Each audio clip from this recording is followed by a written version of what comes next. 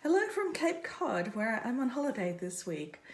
So no beautiful video of my plants and no talking to them.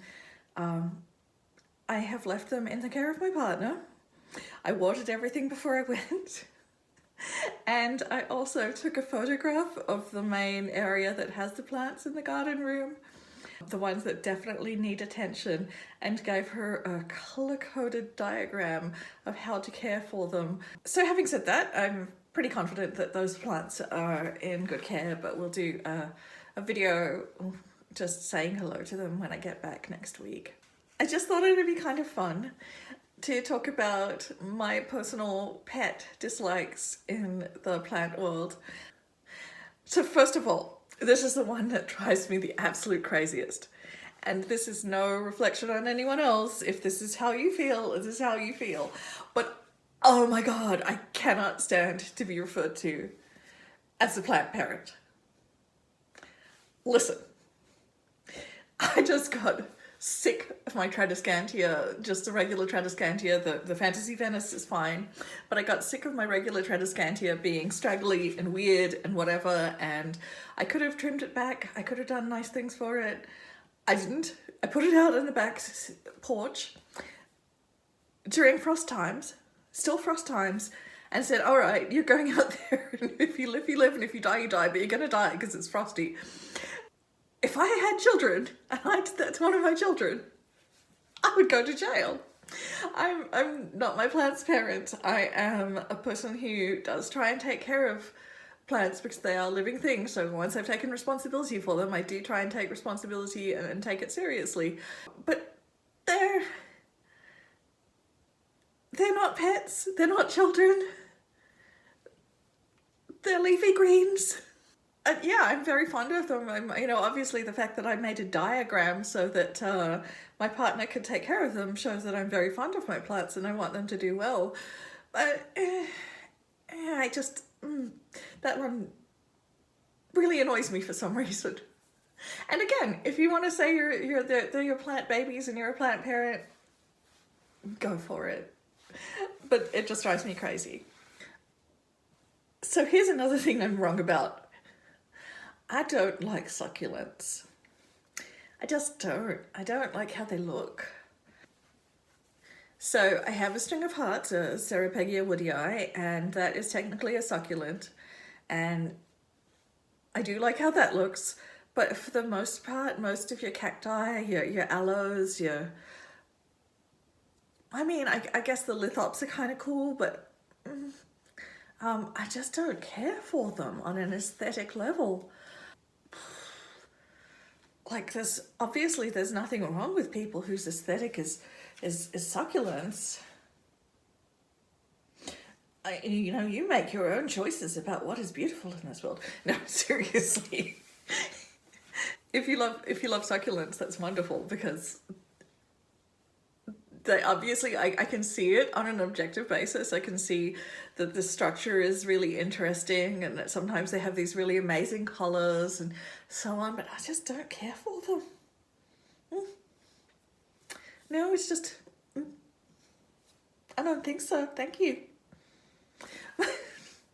I suppose, this is one of the ones where you could come to me in a couple of years and point at my array of beautiful succulents and be like, what was that you said about you don't like succulents? Because I can have my mind changed, but I just don't like them. Okay, third wrong opinion about plants. Sometimes I think we just get a bit overly technical.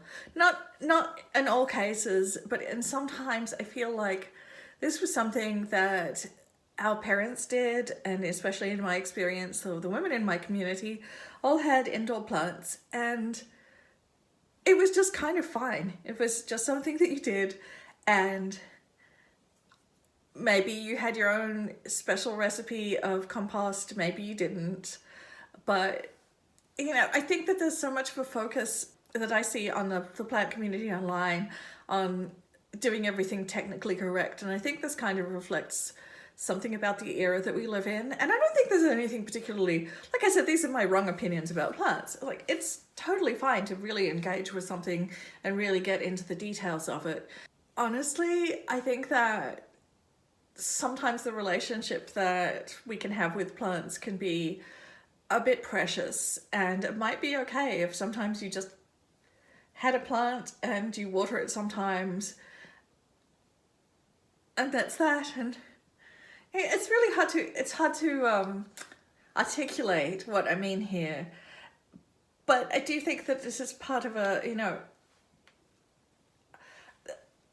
a trend towards overcomplicating or making things fall into a semi-pro realm when they've just been something that people kind of did, and sometimes that this can be a part of being consumerist about plants. I just thought of my spicy wrong opinion about plants number 4, and this one I hold pretty solidly. I think that it is too easy for individuals to import plants from other countries without proper controls.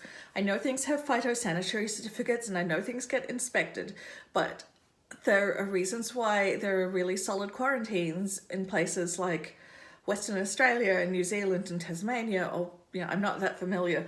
I haven't been to New Zealand, but I'm familiar with the concepts of traveling there. And it's intense.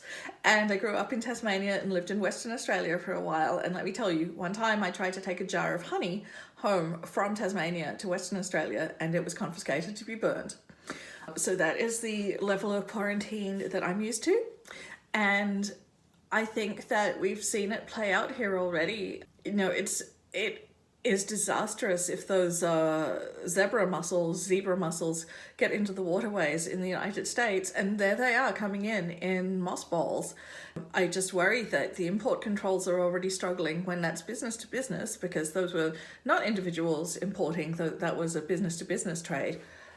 But then when you get everyone doing their, I bought 20 plants from Indonesia and here's my phytosanitary certificate and here are the plants, huge, oh my God, just absolutely no idea what we're bringing into the country, what pests could be coming in, what insects could be coming in.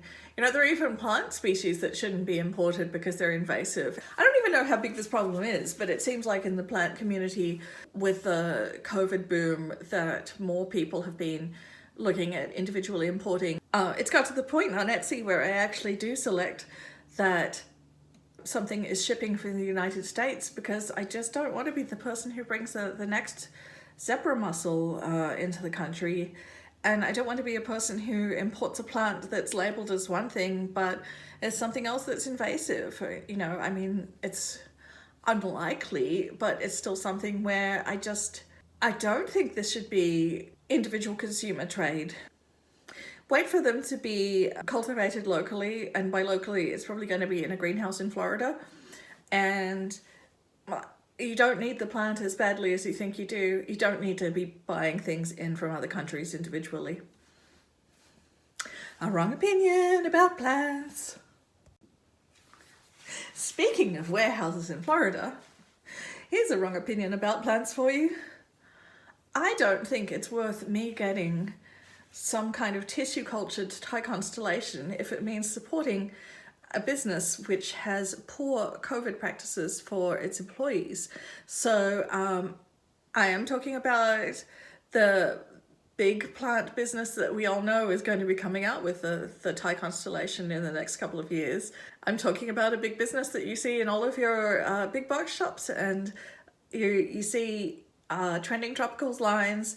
And I'm talking about something where I would obviously have been tempted if I walked into a store and saw Calathea mosaica, which is one of my wish list plants, with that trending tropicals tag on it.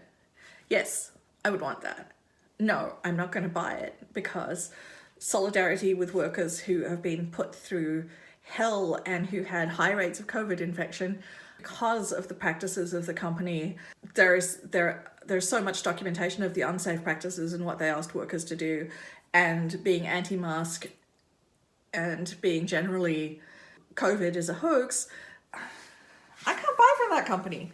I'd rather not have another new plant in my house than support some company that doesn't support workers' rights. Nothing in our hobby is worth that to me. Were you expecting Wrong Opinions About Plants to be fun? And in fact, it turns out that I'm a very political person. Welcome to my channel. Okay, one last fun wrong opinion about plants. We'll keep this one light because I did get a bit into the weeds of policy and politics in the last two wrong opinions about plants. So, Norfolk Island pines are not an indoor tree. Oh my god, they look so ridiculous. I'm sorry if you love your indoor Norfolk pine, but I'm so used to seeing them lining the edges of beaches and just in coastal areas, these tall, magnificent, stately plants, and I see these poor, sad little indoor Norfolk pines. I'm like, oh my god, please, someone let that thing go outside and get some sun. Now, so here's why I think this is a particularly funny wrong opinion, is because obviously none of our plants are indoor plants. They're all outdoor plants that we're just keeping hostage, and that's fine, you know. Some of them I sent outside for some sunshine because I feel so guilty, but and I have grow lights for just about everything else.